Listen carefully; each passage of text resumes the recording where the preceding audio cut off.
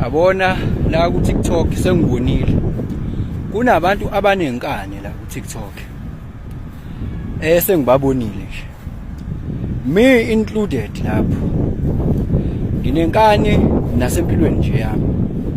Inkani iwumthetho futhi iyafuneka ngoba iyi-universal law inkani. Yezwa, kunomehluko ke phakathi kwenkani ne-ignorance.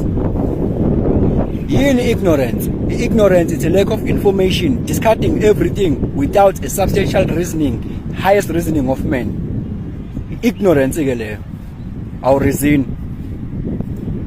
But inkani uku-opposer the opposing forces and moving towards your perceived direction, your intended direction. So indaba ke abantu abaningi they are moved like pawns in the chessboard. Ingoba abanayo inkani, their will are in dormant. Their will is at rest, and the will of others is working upon their lives. So they manifest the wills and the purpose of others because their wills is at rest. Ngalesi sikhathi ubingelelo changes akasha uthi ngenzana noma yini noma inini noma kanjani kunoma ubani ngoba impilo ayisiyona lento ocabanga ukuthi iyona. Possibilities are infinite in the universe. Your own consciousness is your own limitation. Ukuthi lapho sisuka khona futhi ukuthi lapho siya khona beka phansi umoya ungatatazile uyabona. Mfethu inkani iwumthetho. Yes. Uyabona la emhlabeni there are two opposing forces. Yabo? So wena okwakho is to move towards your intended direction. Yes.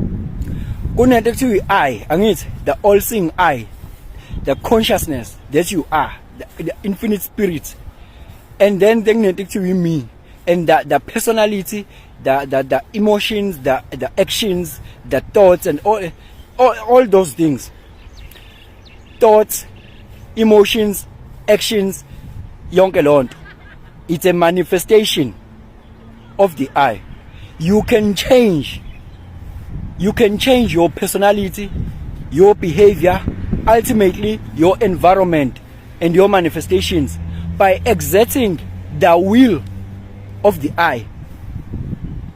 Because the I is giving the power and is exerting the will, because the I is masculine in nature and is exerting the will with feminine principle.